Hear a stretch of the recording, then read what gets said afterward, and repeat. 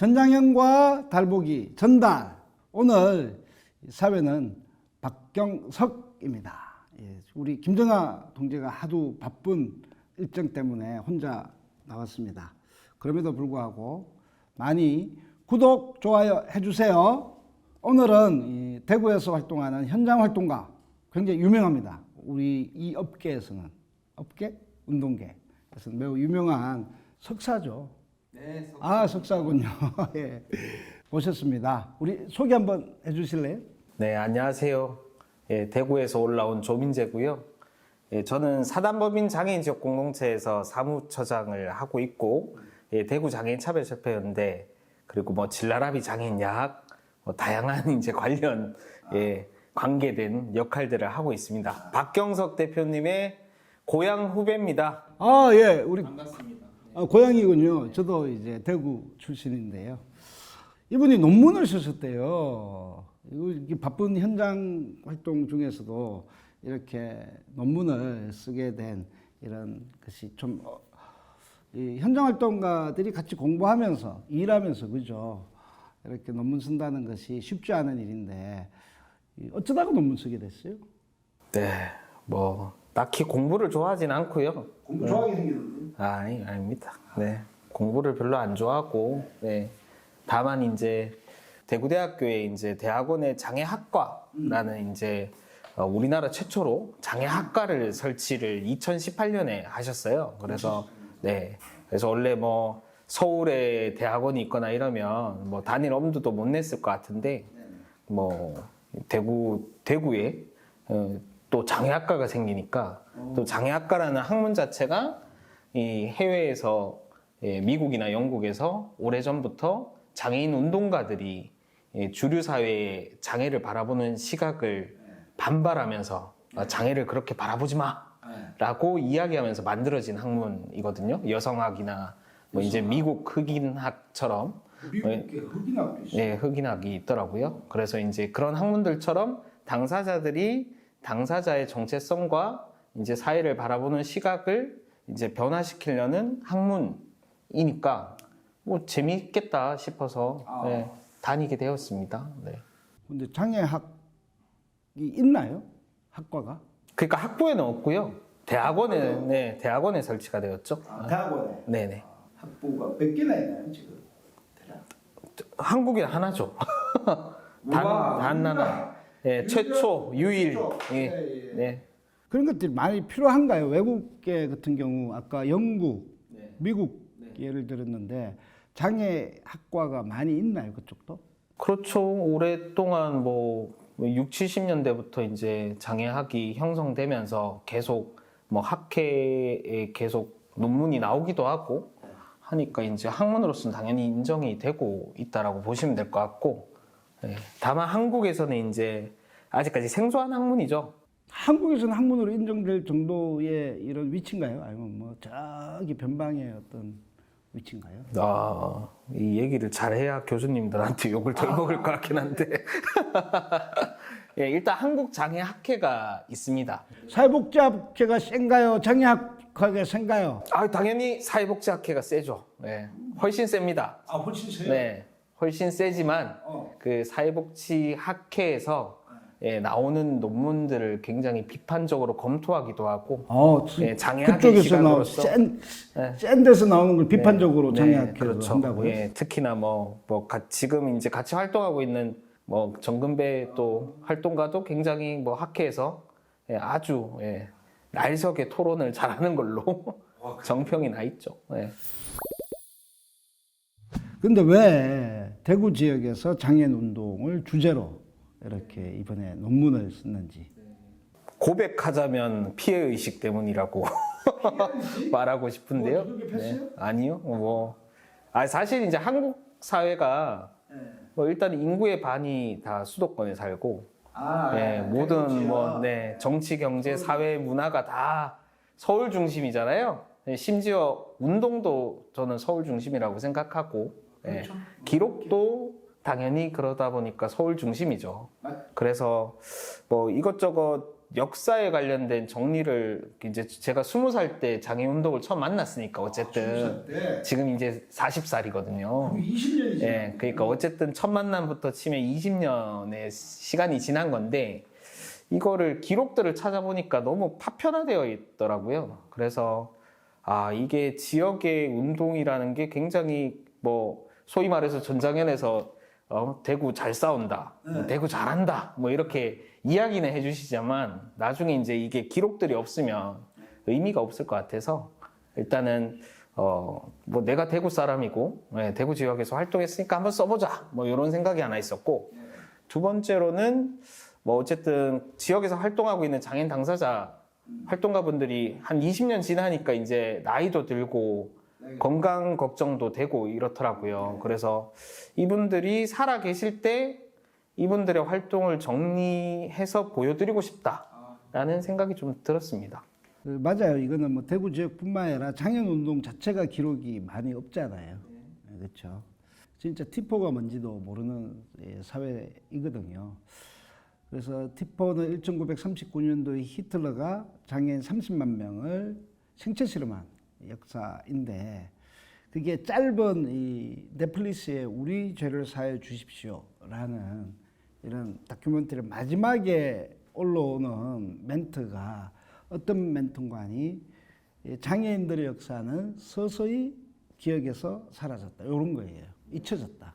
그래서 기록을 남긴다라는 것은 특히 현장 활동가가 기록을 남긴다라는 것은 매우 중요한 의미라고 생각하고, 특히 서울 중심이 아니라 지역별로 이렇게 남긴다라는 것들이 매우 공감되고 매우 의미 있는 이야기를 한 것 같아요. 근데 이제 본인의 논문이 다른 논문하고 차별성이 있다면? 뭐 일단 차별성이라고 하면 장애학 논문에서는 처음으로 장애운동의 역사를 다룬 논문이 된 거고요.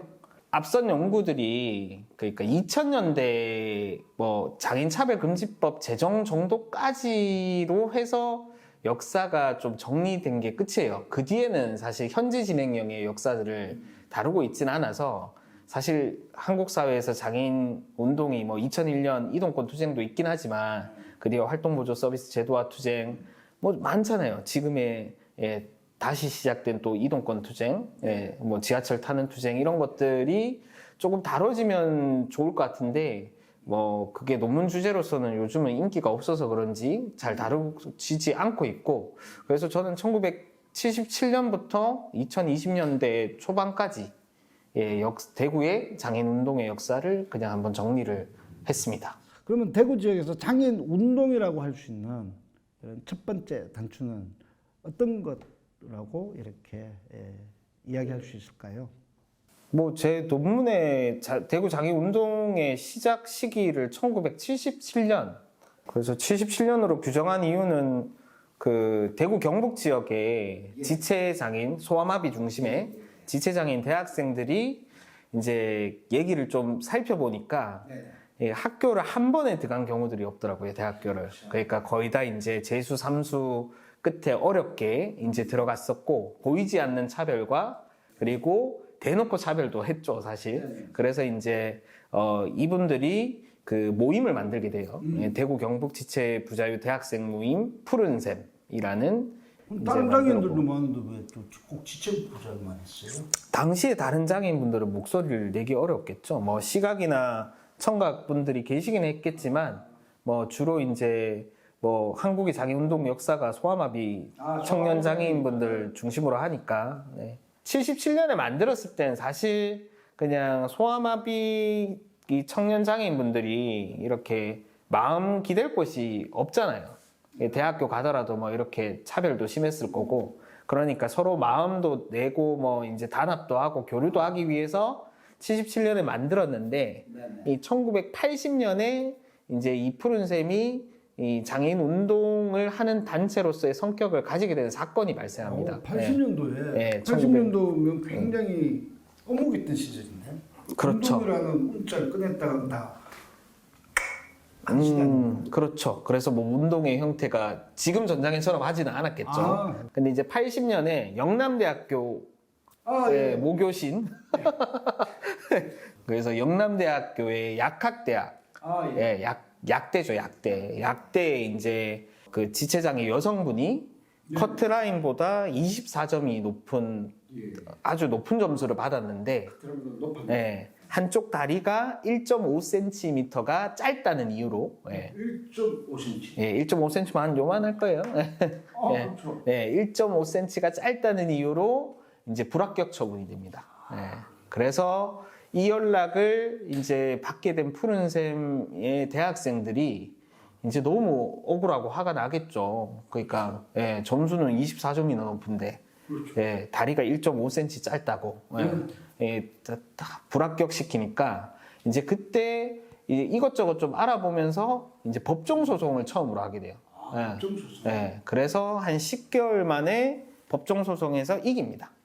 이겨서 이분이 합격이 돼요. 부당한 이제 대학 당국의 이런 장애인 차별에 관련된 정책을 최초로 법정 투쟁을 통해서 이제 바꿔낸 사례가 돼요.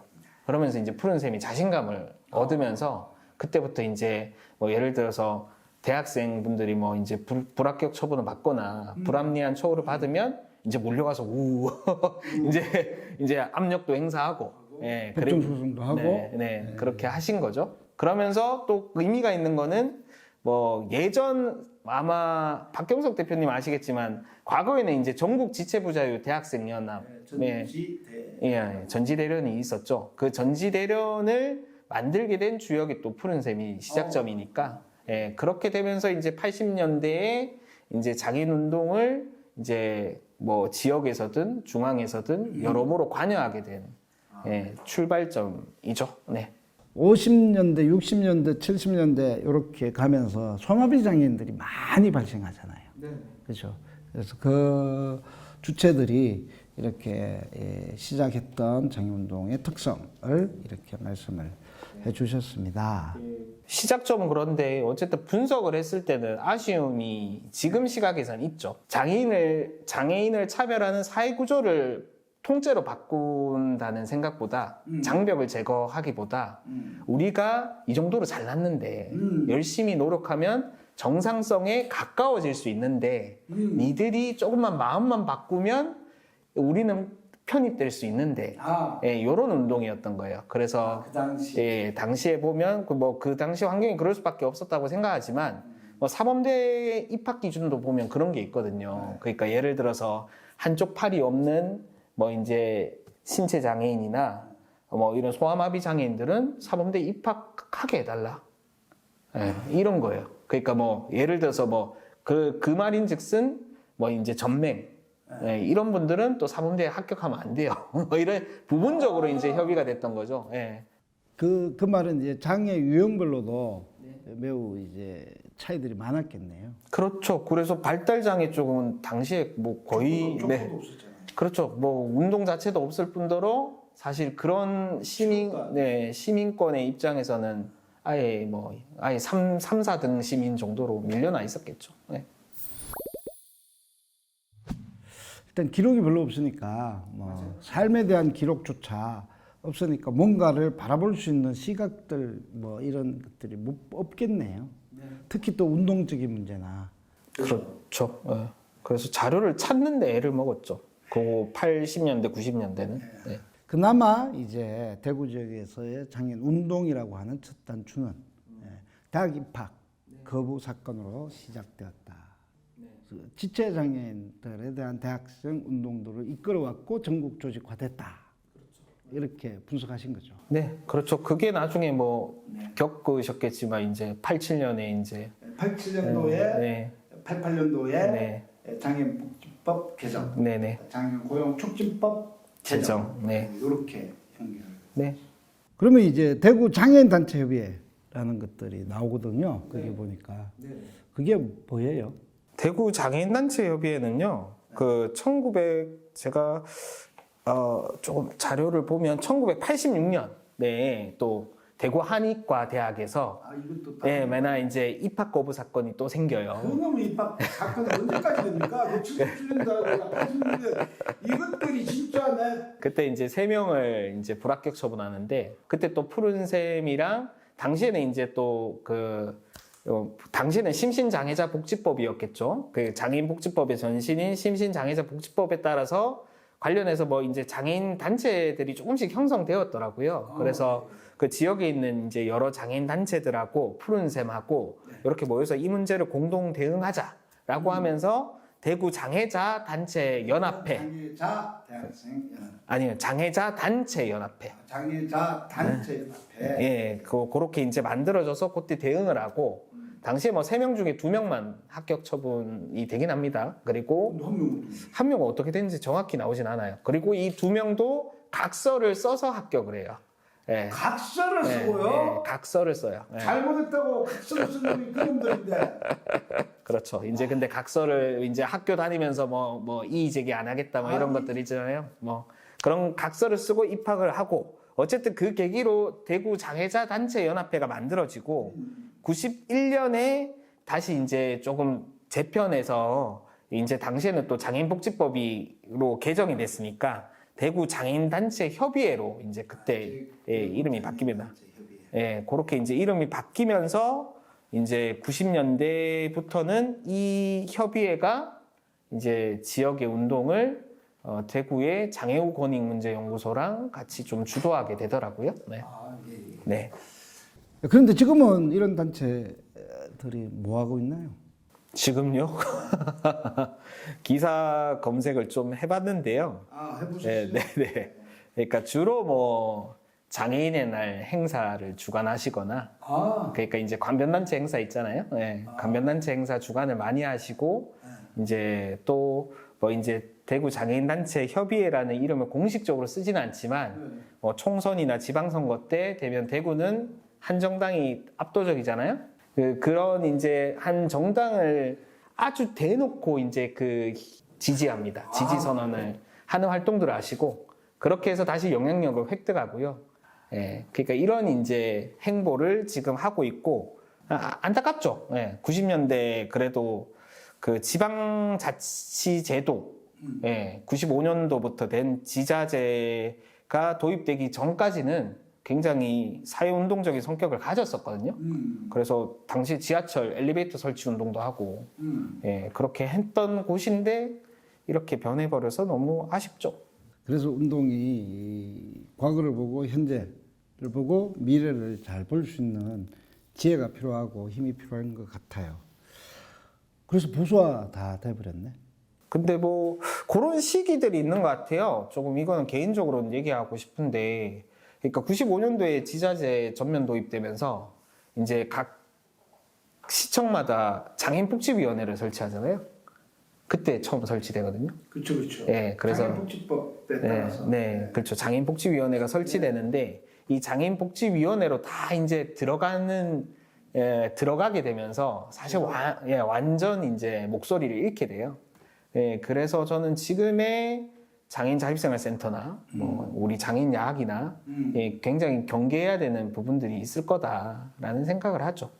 꼭 대구만의 문제는 아니에요. 이거 보수화 됐든 안 됐든 이거는 뭐 공통의 사항인 것 같고 우리 대구에서 이제 어떤 장애인 단체들이 초기에 있었는가라는 것을 좀 알아봤습니다. 이게 80년도죠. 지금 이제 90년대 넘어가고 있습니다. 네. 90년대로 넘어갈까요? 넘어왔죠. 네. 이제 90년대라가 큰일인데요. 2000년대가 도래했어요. 2000년대가 도래했다는 건 세기가 바뀌는 거잖아요. 그렇죠. 그래서 이 세기가 바뀌는 그 초기에 오이도역 투쟁들이 서울에서는 있었습니다. 잘 아시겠죠. 그것들이 대구 지역에 어떤 영향들이 있었을까요? 대구 지역. 그리고 대구 지역은 어떤 계기로 2000년대에 투쟁들이 시작이 됐을까요? 우선은 2000년도부터 2012년까지 제가 이제 논문에 가장 많은 분량을 차지하긴 하거든요. 왜냐하면 그때 가장 폭발적으로 장애 운동이 성장했던 시기라서 그래서 일단은 2000년에 3월에 장애인지역공동체, 제가 일하는 장애인지역공동체가 설립되고 진라라비 장애인야학도 그때 개교하고, 그리고 관련해서 여성장애인연대도 그때 만들어지고 대구에. 그러니까 흔히 말하는 좀 중증 장애인들이나 또는 그간 소외받았던 뭐 장애 여성이나 이런 분들이 이제 조금 활동을 하게 되는 단체들이 막 설립돼요. 그리고 2004년도에 들어서면 이제 함께하는 장애인 부모회라는, 지금의 장애인 부모연대 대구 지부죠. 이런 단체들이 만들어지고, 또 이제 대구대학교의 장애 학생들이 이제 장애인권 동아리 레츠라는 장애인권 동아리도 막 만들던 시기거든요. 그래서 그 당시에 이제 오이도역 투쟁이, 이제 이동권 투쟁이 생기면서 진라라비 장애인 야학에서도 그런 논의들이 있었던 걸 좀 기록으로 봤고요. 근데 이제 우리도 그러면 지하철 가서 막 싸우자라고까지는 안 됐던 것 같아요. 예, 대신에 장애인 야학의 학생분들이 이제 문화 활동을 되게 많이 하셨거든요. 문화 체험이라고 해서 당시 중증 장애인분들이 뭔가 뭐 영화관이나 야구장이나 이런 데 가기도 되게 힘드니까 이제 그때 갈 때 우리가 버스를 타고 가자. 이제 예, 그러면서 이제 진짜 막 휠체어를 야학 교사들이 같이 들어 올려서 버스 타기 운동. 예, 버스 타기 운동 캠페인 같이 한 거죠. 그거 다 오션 시각에서는 전부 다 아웃이에요. 근데 그런 활동들이 영향이 되면서 그게 폭발적으로 드러난 거는 사실 2006년에 활동보조 서비스 제도화 투쟁이 되었던 거죠. 네. 그 활동보조 제도 투쟁이 언제예요? 대구는 2006년 5월 18일에 시작해서 날짜가 기억이 나죠. 6월 29일까지 딱 43일 동안 싸웠습니다. 어떻게 그렇게 그 날짜하고 43일 어떻게 기억하세요? 그거는 이제 제가 대학교 4학년이었는데요. 그때 대학교 4학년이었어요? 네. 근데 이제 그때 처음으로 43일 동안 농성을 꾸준히 해본 게 처음이라서 네, 너무 머리에 강렬해서. 네. 그거 혹시 그것 때문에 인생이 이렇게 된 거 아닙니까? 인생이 꼬이기 시작한 건 그 전부터인 것 같긴 한데요. 네. 그 누구 때문에 그렇게 됐어요? 어때 무슨 계기로? 제 인터뷰에도 있지만 제가 2003년에 입학했는데요. 그때 노구모, 이제 그때는 선배죠. 선배가 대학교 3학년이었거든요. 3학년이고 1학년. 예, 그렇죠. 근데 이제 기숙사에서 만났죠. 이제 노구모 우리 선배님이 선량한 장애인이 아니고 이제 막 굉장히 이제 뭐 하여튼 뭐 방송용으로는 다루기 어려운데 좀 불량한 모습으로 저희를 맞이하셔서 그때부터 이제 우리는 네. 유튜브니까 괜찮아요. 네. 그때부터 뭐 좀 인생이 꼬였죠. 네. 그 뭐 예수님이 양을 인도하는 그 밥상 있잖아요.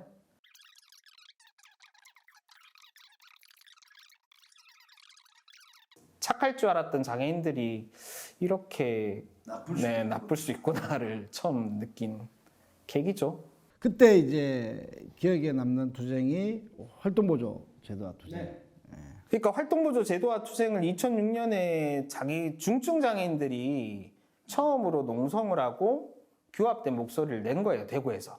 흔히 말하는 전동 휠체어를 타는 뭐 중증 장애인들, 뭐 뇌성마비 장애인도 있을 거고 이런 분들이 이제 처음으로 2006년에 그래서 이제 장애인 부모님들도 같이 같이 해서 43일 동안 그 싸운 게 이제 대구에서 이제 활동보조 제도화를 하겠다라고 얘기되면서 자신감을 가지죠. 그 자신감을 가지면서 2007년부터는 뭐 이제 그때 대구 지하철 1호선에 엘리베이터가 없는 데가 많았거든요. 그래서 이동권 투쟁을 다시 엄청 거세게 하고, 당시에 이제 장애인 콜택시라고 하죠. 그래서 장애인 콜택시도 요금하고 원래 대구시가 도입하려던 이제 운영 체계가 형편없었거든요. 그래서 그거를 다 바꾸는 싸움들을 하고, 뭐 이제 교육청 찾아가서 교육청에서 농성하면서 장애인 평생교육과 특수교육 내실화 문제를 계속 싸우고, 그래서 2012년까지 정신없이 싸웠던 것 같아요. 돌이켜보면 가장 뭐 흥분되고 재밌었던 시기라고. 네, 그렇죠. 저도 조금 기억해요. 네. 그때. 네. 대구 많이 좀 내려갔거든요. 많이 오셨죠. 그래서 많이 견제도 받으셨고, 그래요. 지역 장애인 단체들한테. 맞아요. 네. 그렇게 이제 폭발적으로 일어났던 시기가 2012년까지 유지되었던 것 같고, 2013년부터는 조금 다양화되거든요. 피플 퍼스트 운동. 2013년부터 다양화됐다. 네네. 그러니까 피플 퍼스트 운동도 이제 페이퍼버스트 운동이 뭔데요? 그 발달 장애인의 자기 옹호 운동이라고. 예. 그러니까 발달 장애인 분들이 1973년도에 미국에서 미국 오레곤주에서 우리나라는 왜 그때서는 이제서야? 우리나라요? 우리나라도 있긴 했죠. 그 전에 그 모 협회가 주관하는 그 지적 장애인 자기 권리 주장 대회라는 게 있었죠. 근데 관변 행사처럼 했죠. 그래서 지적 장애인 분들이 자기 권리를 주장하면 그러니까 사회도 다 비장애인들이 보고 또 높은 사람들이 와서 상 주고 너 주장 잘했어 칭찬해 이런 걸로 머리 쓰다는 주고. 네네 뭐 그런 요건 또 행사를- 안 하네. 네. 또 사랑해요 이런 거 안 하네. 그런 거 함께 하겠죠. 근데 그것도 요즘은 많이 바뀌긴 했는데, 그 2013년도에 이제, 그러니까, 다시 돌아가면, 73년도에 이제 미국에서 발달장애인들이 나는 장애인이기 전에 사람으로 대우받고 싶다라는 이제 발언을 이제 계기로 피플 퍼스트라는 용어가 이제 발달장애인의 자기 권리를 주장하는 운동을 상징하는 이제 용어가 됐어요. 그래서 외국에서는 이제 되게 활발하게 됐는데 한국에는 그런 것들이 없다가 고 2013년쯤에 이제 발달장애인법을 만들려고 막 계속 노력하고 있었으니까 그때 이제 발달장애인의 자기 옹호 이런 것들이 막 많이 소개됐거든요. 그리고 또 옆나라 일본에서 이제 피플 퍼스트 일본 피플 퍼스트가 20년을 이제 계속 하고 있더라. 뭐 이런 걸 듣게 되면서 이제 일본에 가서 뭐 대회도 보고 이제 발달장애인분들 당사자 모임도 만들고 요랬던 시기가 이제 2013년부터 16년까지 이제 한국의 피플 퍼스트 운동이 이제 초기에 형성된 시기가 대구에서 형성이 되었죠. 다양한 아까 운동들이 주체들이 형성이 되는데 그 중에 가장 특색이 있는 것이 발달장애인들. 그렇죠. 그 시기에 할수 있을까요? 그 시기에 이제 발달장애인 등장하고 이제 그 뒤에 희망원 투쟁이 또 터지거든요. 희망원. 대구 시립 희망원 투쟁이 터지면서 대구 시립 희망원은 또 뭐예요? 대구 시립 희망원은 이제 1950년대에 이제 그 만들어진 대구시가 운영하는 이제 불황인 시설이었는데요. 이제 1980년대부터는 천주교, 여기서 탈시설 많이 반대하시는 천주교에서 이제 수탁을 받아서 이제 오랫동안 운영을 했는데 거기에 뭐 노숙인 시설도 있고 장애인 시설도 있었어요. 근데 총 1200명 정도가 살았거든요. 근데 이제 제보 등을 통해서 밝혀진 거에 따르면 그 안에서 사람들이 엄청나게 인권 유린과 비리로 고통받고 있다라는 게 알려지고 그 SBS 그것이 알고 싶다에도 방영되고 그러면서 이제 저희가 지역에서 3년 동안 3년 동안 이제 시 앞에서 농성을 하기도 하고 신자분들은 굉장히 충격을 받으시긴 했는데 뭐 이제 성당 항의 방문을 가기도 하고 뭐 천주교 뭐 본당에 근데 그때 워낙 희망원 사안이 심각했어서 그리고 천주교가 전혀 거기에 대해서 반성이 없으셨어요. 그래서 뭐 그때 엄청 싸웠죠. 그러면서 이제 탈시설 장애인분들이 또 주체로 형성돼요. 그래서 투쟁을 통해서 또 이제 탈시설에서 나오고 그 사람들이 또 이제 운동의 주체로서 지금 성장하고 있다. 전국 탈시설 장애인연대에 대구 지부가 또 있거든요. 그래서 조직적 성과도 있네. 네네 그렇죠. 이제 그렇게 쭉 이어져 가는 것과 코로나19가 또 대구에서 제일 먼저 터졌으니까 이제 그거까지를 저는 기록을 했죠.